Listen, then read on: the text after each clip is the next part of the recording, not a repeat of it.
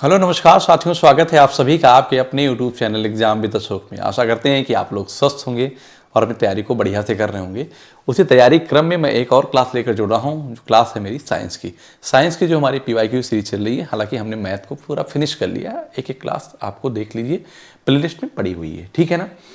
तो साइंस की क्लास शुरू करने से पहले हम आपको बता दें कि आप कॉपी पेन लेके बैठेंगे तो कुछ कंसेप्ट होंगे, उन लोगों को नोट कर लीजिएगा, समझिएगा आराम से, फिर आप समझ में आ जाएगा। क्योंकि चीज़ें एक समय के बाद क्या होती हैं, भूल जाती हैं। आप देखेंगे, सुनेंगे, ठीक है ना, याद हो जाएगा, समझ में आ जाएगा, लेकिन फिर एक वक्त के बाद आप दूसरी क्लास देखेंगे तो धीरे धीरे क्या होगा कि भूलती जाती है। ये एक अच्छी आदत है, भूलना एक कैसी आदत है, अच्छी आदत है। लगता होगा कि सर अच्छी आदत नहीं है, नहीं अच्छी आदत है। क्योंकि इंसान के जीवन में तमाम तरह की घटनाएं होती, कभी अच्छी घटनाएं होती, कभी बुरी घटनाएं होती हैं। तो अगर वो भूले ना तो कभी बुरी घटनाएं हो जाएंगी तो उसमें सदमे में निकल ही नहीं पाएगा व्यक्ति। तो इसका मतलब है कि भूलना क्या है, एक अच्छी कला है, ठीक है। तो इसी बात को ख़त्म करते हुए हम अपने टॉपिक पे आते हैं। और आज का हमारा जो पहला क्वेश्चन है वो क्या कह रहा है कि कक्षा में सामाजिक वैज्ञानिक मुद्दों पर चर्चा करने से मदद मिलती है। कक्षा में सामाजिक वैज्ञानिक, ध्यान देना, कक्षा में सामाजिक वैज्ञानिक मुद्दों पर चर्चा करने से मदद मिलती है। एक ही बात लिखा गया है कि कक्षा में सामाजिक वैज्ञानिक मुद्दों पर चर्चा करने से मदद मिलती है, ठीक है ना। कौन सी मदद मिलेगी बताओ मुझे। तो हम ये कहते हैं कि सामाजिक वैज्ञानिक मुद्दों पर चर्चा करने से क्या मदद मिलेगी। सामाजिक विज्ञान एक विज्ञान है। क्या है? सामाजिक विज्ञान एक विज्ञान है। तो याद रखिएगा कि अधिगमकर्ताओं, जो लर्नर्स होते हैं, कौन से, जो सीखने वाले होते हैं, अधिगमकर्ताओं में तर्कसंगत। तो भाई यहाँ पे हम जब मुद्दों पर चर्चा करेंगे तो अधिगमकर्ताओं में तर्कसंगत की बात कर रहा है। दूसरी चीज कह रहा है कि किसी मुद्दे पर अनेक दृष्टिकोण विकसित करना, ठीक है। अगर हम सामाजिक और वैज्ञानिक मुद्दों पर बात करेंगे तो होगा क्या कि किसी मुद्दे, उस मुद्दे पर हमें जिस भी टॉपिक को हम लेंगे वहां से हमारे अनेक दृष्टिकोण विकसित करना होगा। ये हमारा एम हो सकता है, ठीक है। नागरिक विज्ञान का मतलब है क्या? सामाजिक विज्ञान मतलब कि SST, ठीक। गतिविधियों को प्रोत्साहित करना, ये बात सही है। अगर चर्चा करेंगे तो इसका चर्चा का एम ही होगा कि जो सामाजिक विज्ञान है उनकी गतिविधियों को प्रोत्साहित करना। फिर कह रहा है विज्ञान के विकास में समाज की भूमिका को समझना है। नहीं, यहाँ पे इसकी बात नहीं कर रहा है। इसका मतलब ऑप्शन बी और सी क्या है, सही है। तो ऑप्शन बी और C, D is the right answer. D में बी और सी सही है। अधिगमकर्ताओं में तर्कसंगत, चूंकि यह सीखने वालों की बात नहीं कर रहा है, कोई लर्नर्स नहीं है। कह रहा है कि कक्षा में सामाजिक वैज्ञानिक मुद्दों पर चर्चा करने में से मदद मिलती है। क्या मदद मिलेगी कि किसी आपको, जब आप चर्चा कर रहे हैं तो ये नहीं देखेंगे कि अधिगमकर्ताओं में तर्कसंगत, जो लर्नर्स हैं वो तर्कसंगत कर रहे हैं कि नहीं। इस बात का आपका एम ये नहीं होगा। आपका ये एम होगा कि किसी मुद्दे पर कितने दृष्टिकोण है, कितने तरीके से उस बात को बताया रखा जा सकता है। फिर समाज विज्ञान की गतिविधियों को, उनका दूसरा एम होगा कि समाज विज्ञान की जो गतिविधियां है ना उसको प्रोत्साहित करने का है। तो option D is the right answer. Next question पे आते हैं कि कह रहा है कि यदि अवलोकन को O से और अनुमान को, मतलब कि if observation represented by O and the inference by A, मतलब कि अनुमान, ठीक है। Which of the following statement is correct. तो आप ऑब्जर्व क्या करेंगे जब कोई क्रिया कराते हैं, कोई रिएक्शन कराते हैं तो ऑब्जर्व करते हैं, ठीक है ना। अवलोकन करते हैं, उसके बाद फिर अनुमान लगाते हैं। अनुमान तो कैसा होगा? तो जैसे मैं ये कहता हूं कि धातु ऑक्साइड क्षारीय प्रकृति की होती है, ये तो इन्फ्रेंस है ना। इसमें आपने कौन सी जो है ऑब्जर्वेशन किया? कुछ नहीं किया। इसका मतलब है कि ये आई में आएगा। तो आई में कौन सा आएगा? ए आ जाएगा। ध्यान देना। वायु गर्म करने पर फैलती है, ये भी बात सही है। इसका मतलब है कि ये इन्फ्रेंस है, तो बी भी इसी में आ जाएगा। और ध्यान देना, चूने का पानी कार्बन डाइऑक्साइड में प्रवाहित करने पर दूधिया हो जाता है, ये तो हमारा क्या होगा? ऑब्जर्वेशन होगा। क्या होगा? ऑब्जर्व करेंगे। जब हम चूने के पानी में कार्बन डाइऑक्साइड प्रवाहित करते हैं तो क्या होता है? दूधिया हो जाता है। इसका मतलब है कि हमारा ओ में क्या आ जाएगा? सी आ जाएगा। अगला आते हैं, सोडियम हाइड्रोक्साइड और हाइड्रोक्लोरिक अम्ल एक दूसरे को उदासीन कर देते हैं। यस, सोडियम हाइड्रोक्साइड क्या है? ये क्षारीय है ना, ये क्षारीय है। और ये क्या है? ये अम्लीय है, और अम्ल और क्षार दोनों मिलेंगे तो क्या बनाएंगे? प्रबल क्षम, ये अम्लीय है और प्रबल क्षार है। ये NaOH है, sodium hydroxide OH minus release करेगा। HCl जो है, HCl हाइड्रोक्लोरिक अम्ल जो है H+ आयन रिलीज करेगा। दोनों को जब मिलाएंगे अम्लीय और क्षारीय को तो क्या बनेगा, उदासीन बन जाएगा। तो ये हमारा अनुमान होगा, ना कि ऑब्जर्वेशन होगा। इसका मतलब है कि हमारा डी भी किस में आ जाएगा, इसमें आ जाएगा। तो बताओ भाई, OC में IABC, तो OC में यहाँ है और यहाँ है, डी भी आ गया, नहीं गलत। इसका मतलब आपका option A is the right answer, ठीक है ना, A is the right answer. अगले क्वेश्चन की तरफ आ रहे हैं कि कह रहा है कि एक वस्तु को जब द्रव में ए में डाला जाता है, मान लीजिए दो प्रकार के मेरे पास द्रव हैं, एक इसमें है द्रव भरा हुआ है, मेरी बात ध्यान समझना, ठीक है, और एक क्या है, एक ये है।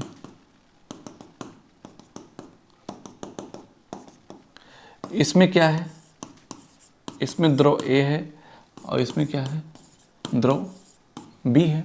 कह रहा है एक वस्तु को द्रव ए में डाला जाता है तो वह अपने आयतन के 1/4 भाग, मतलब कहने का है कि 4 में से 1 भाग जो है, 1 भाग के साथ द्रव से बाहर तैरती है। ये बाहर है, 4 में से 1 भाग, बाकी सारा डूब गया। मतलब कि 3/4 भाग क्या हो गया, डूब गया। जब दूसरे द्रव में बी में डाला जाता है तो वह अपने आयतन के 3/4 भाग के साथ द्रव के बाहर रहती है। इसका मतलब है कि इसकी डेंसिटी ज़्यादा है। तो डेंसिटी की अगर बात करेंगे तो डेंसिटी की बात करें अगर, तो बी की डेंसिटी ए से ज़्यादा है। जैसे आप पानी ले लीजिए और कोई एक ऐसा लिक्विड लीजिए जिसकी डेंसिटी, जैसे कि शहद है ना, दोनों लिक्विड है। आप शहद में कोई चीज़ डालिए और पानी में डालिए, डूब जाएगी शहद में, वो वस्तु तैरती रहेगी, पूरी नहीं डूबेगी। इसका मतलब जिसकी डेंसिटी ज़्यादा उसमें ऊपर रहेगा। तो वही कह रहा, 3/4 भाग द्रव के साथ बाहर तैरता है। निम्नलिखित में से कौन सा कथन सत्य है? तो द्रव बी की डेंसिटी द्रव ए की तुलना में ज़्यादा है, द्रव बी का घनत्व द्रव ए से अधिक है। यही आंसर हो जाएगा, बाकी कुछ नहीं करना। उपरोक्त जानकारी के आधार पर द्रव के घनत्वों की तुलना नहीं, अरे क्यों नहीं की जा सकती है? द्रव ए का घनत्व द्रव बी के घनत्व से अधिक है, बिल्कुल गलत। दोनों द्रवों का घनत्व समान, अगर समान होता तो समान मात्रा में ऊपर तैरते या ऊपर डूबते। क्लियर है बात? बताओ भाई, अगले क्वेश्चन की तरफ आए तो क्या कह रहा है, निम्नलिखित में से कौन सा से वैज्ञानिक अनुसंधान अन्वेषण, मतलब कि साइंटिफिक जो इन्वेस्टिगेशन होता है के बारे में सही है? अगर साइंटिफिक इन्वेस्टिगेशन की बात करें हम तो क्या होगा, निम्नलिखित में से कौन सा वैज्ञानिक अनुसंधान अन्वेषण के बारे में सही है? ठीक है, which of the following is true regarding scientific investigations? Result are not influenced by procedure, ठीक है ना, रिजल्ट जो है वो नॉट इन्फ्लुएंस बाय प्रोसीजर, मतलब परिणाम प्रक्रिया से प्रभावित नहीं होते हैं ना। कौन सही है? ये तो गलत हो गया। परिणाम प्रक्रिया से प्रभावित नहीं, आपकी प्रक्रिया ही गलत है तो परिणाम प्रभावित नहीं होगा, बिल्कुल होगा, उसका रिजल्ट ही गड़बड़ाएगा। किसी भी जांच में सामाजिक संदर्भ निष्कर्षों को प्रभावित कर सकता है। किसी भी जांच में सामाजिक, मतलब कह रहा है कि सोशल कॉन्टेक्स्ट में influence conclusion and investigation yes कर सकता है, ठीक है। आंकड़े और साक्ष्य समान हैं, ये इस बात नहीं है, आंकड़े और साक्ष्य समान नहीं हो सकते, कोई सार्वभौमिक विज्ञान पद्धति नहीं है। यस, मतलब ये तो बिल्कुल एकदम सत्य बात है कि मतलब कि there is no universal scientific method, कोई एकमात्र मेथड नहीं है दुनिया में, यूनिवर्सल सार्वभौमिक मेथड नहीं है। इसका मतलब बी एंड, यहाँ पे डी होगा बेटा, बी एंड ए, चूंकि ए बी सी डी, तो B and D is the right answer. इसका मतलब है कि आपका ऑप्शन यहाँ पे इसको मैं लिखूंगा तो ए बी सी डी, तो option D is the right answer. Clear है ना? आगे चलते हैं। कराए कि निम्नलिखित में से कौन सा से वैज्ञानिक अनुसंधान अन्वेषण के बारे में सही है? यहाँ पे गलत हो गया है, यहाँ पे बेटा ये क्वेश्चन ही गलत हो गया। देखिए इसका हिंदी इंग्लिश गलत हो गया है, ठीक है ना, इसको मैं ऐसे कर देता हूँ और आप इंग्लिश से पढ़िए। लिखा है कि which of the following statement is are true, इसमें से कौन सा जो कथन है वो सत्य है। इसका मतलब दो स्टेटमेंट दिए गए हैं बेटा, ठीक है ना, इसको मैं ऐसे हटा देता हूँ, यहाँ पे और पीछे वाले क्वेश्चन का आ गया है, ठीक है।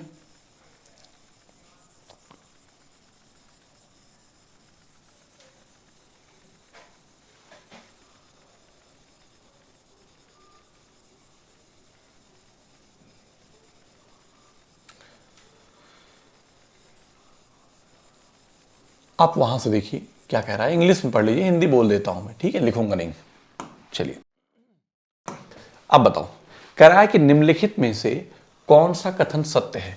ये कथन है, ठीक है ना, तो क्या है, इसको स्टेटमेंट कहेंगे तो हम कह दें कथन ए और कथन बी, दो ऐसा दिया है, दो कथन है।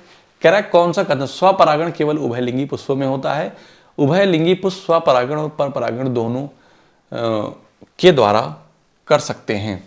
ठीक है, तो इसके बारे में पहले अगर हम बात करें तो परागण एक ऐसी प्रक्रिया, परागण है क्या, परागण एक ऐसी प्रक्रिया है कि परागण परागकोशों से, जो परागण परागकोशों से वर्तिकाग्र में स्थानांतरित होते हैं। मतलब कि परागण एक ऐसी प्रक्रिया है जिसमें परागकण परागकोशों से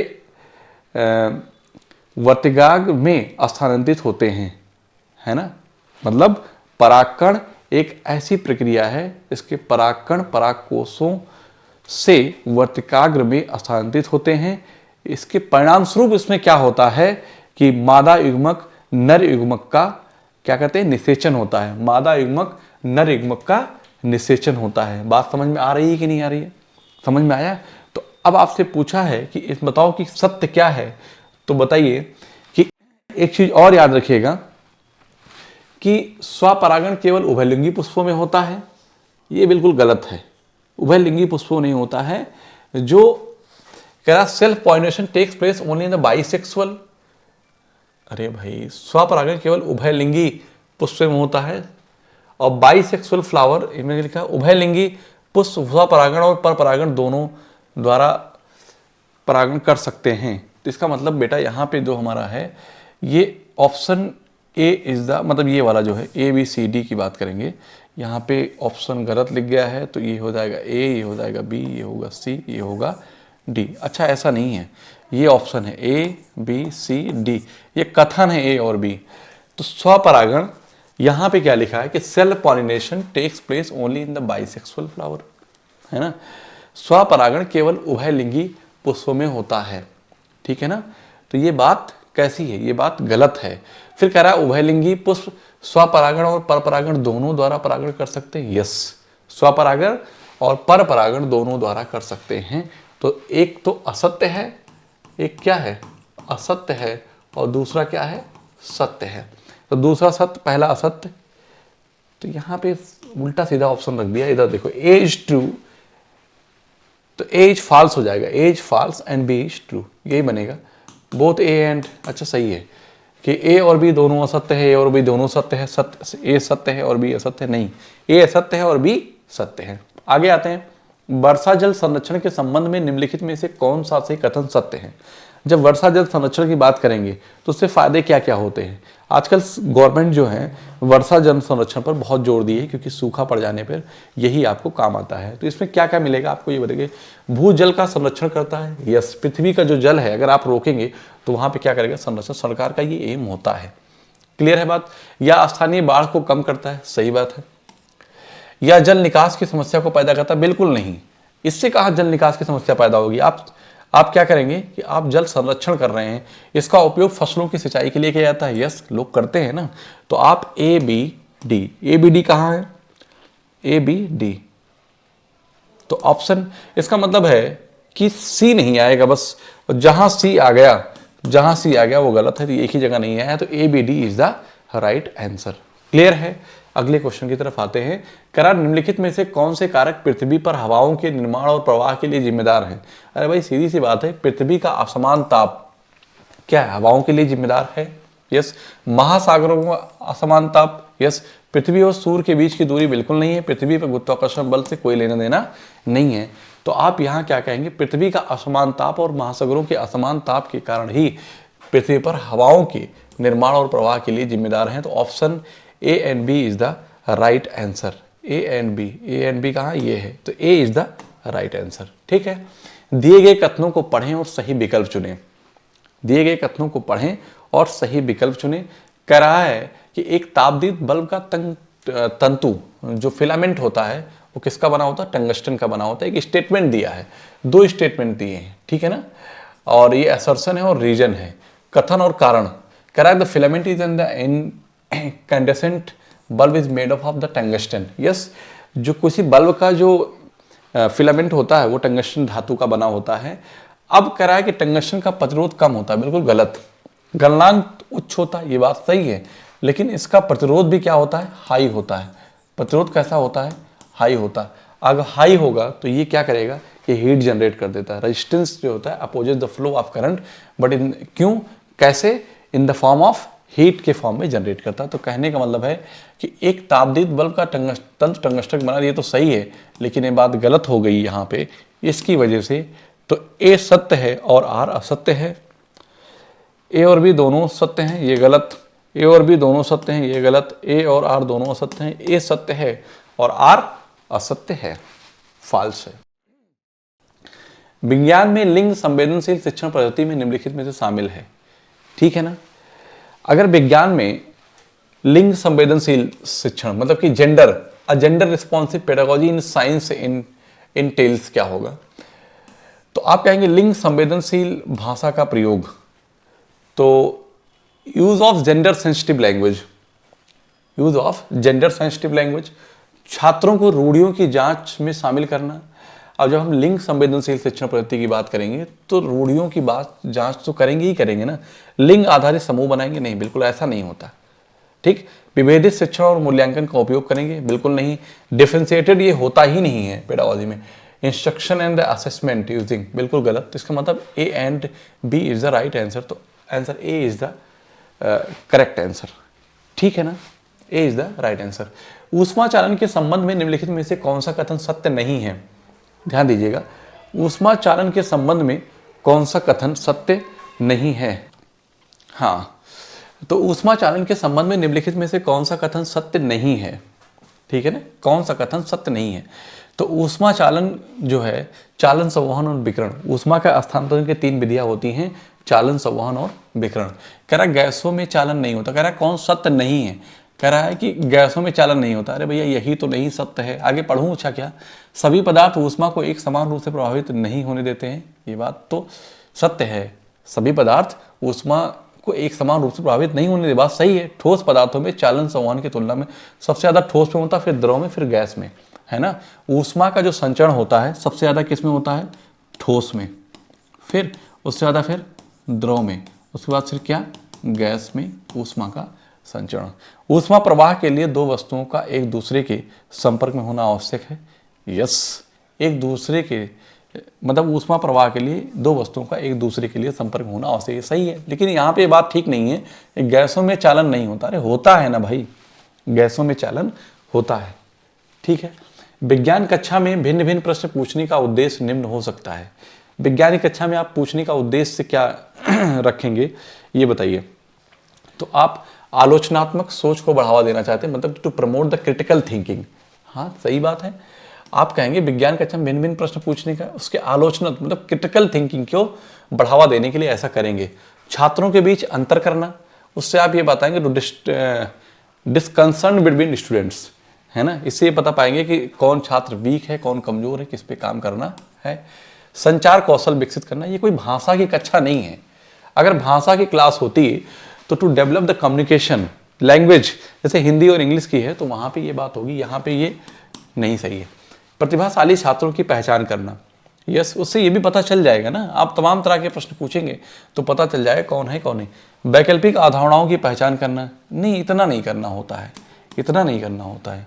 विज्ञान में व्यक्तिगत परिपक्वता को समझना, कि विज्ञान में एक्चुअल में कि to appreciate subjectivity in science, है ना, उसको कितना ज्ञान है, तो बताओ कौन सही है। तो A B D E, A B D E, A B D E, तो C is the right answer, C is the right answer. Clear है बात, आगे चलते हैं।